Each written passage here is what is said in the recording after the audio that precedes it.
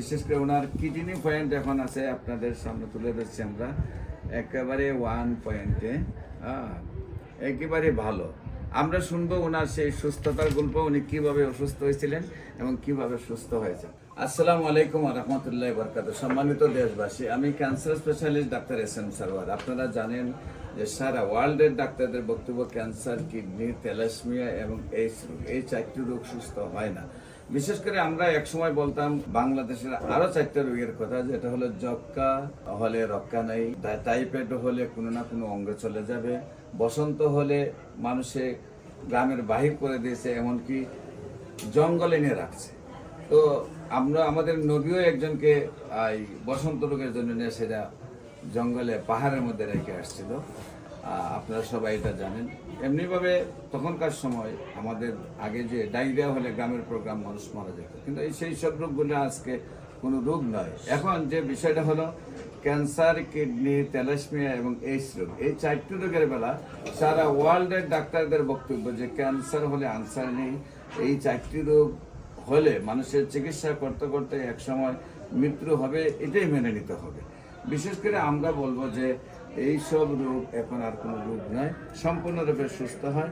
বিশেষ করে আপনারা কিডনি রোগের ব্যাপারে এবং ক্যান্সার রোগের ব্যাপারে, এইডস রোগের ব্যাপারে এবং আপনার থ্যালাসেমিয়ার ব্যাপারে আপনি হাজার হাজার সাক্ষাৎকার পাবেন আমার ইউটিউবের মধ্যে।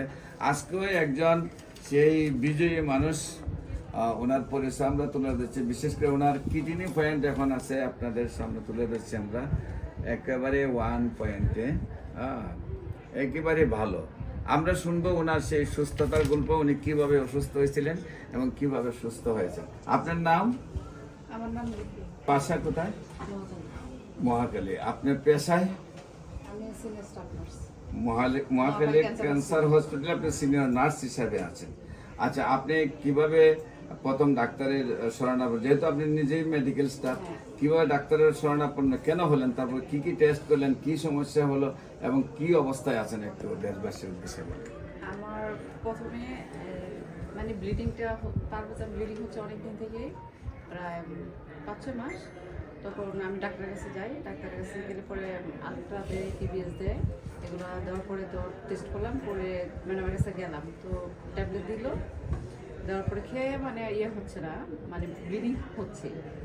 পরে আমি মানে মোবাইল নিয়ে ঘাটতেছি, মানে মোবাইলটা আমি করতেছি যে হোমিওপ্যাথি কোনো চিকিৎসা পাওয়া যায় কিনা, এরকম অনেক দেখার পরে আপনার ফেস মানে একটা পেজটা আসলো।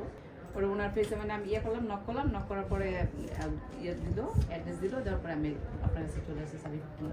মানে আমার যে ওষুধটা দিচ্ছে বলছে যে মানে 4 মাস খাইতে হবে, 4 মাস খেয়ে যদি না কমে হয়তো বাবার অবজারভেশন করবে, ওরা না কমলে আবার বলছে অপারেশন করতে হবে। তাই আমি এগুলো চিন্তা করে দেখলাম যে হোমিওপ্যাথি খেয়ে যদি কোনো উপকার হয় আপনার সাজেশন। এখন আপনি কিডনি পয়েন্ট আল্লাহর রহমতে তো একদম 1 পয়েন্টে চলে আসছে। এটা আমার প্রায় 2 এর কাছাকাছি হয়ে গেছিল। আমি 2 মাসে অনেকটা মানে আল্লাহর রহমতে এখন একদম লেভেলে চলে আসছে। হ্যাঁ, কারণ 1.20 পর্যন্ত হলো আপনি লেভেল, 1.20 আপনার রেঞ্জ দিছে। আপনার এটা আপনারই তো হ্যাঁ, আচ্ছা 1.10 হলো আপনার রেঞ্জ, নর্মাল রেঞ্জ, আর আপনার দিচ্ছে হলো 1.7, মানে একদম লেভেলে আছেন।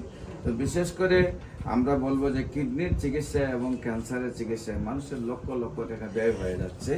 আল্লাহর অশেষ রহমতে হোমিওপ্যাথিক চিকিৎসায় খুব অল্প টাকার চিকিৎসায় সুন্দরভাবে মানুষ সুস্থ হয়ে যাচ্ছে।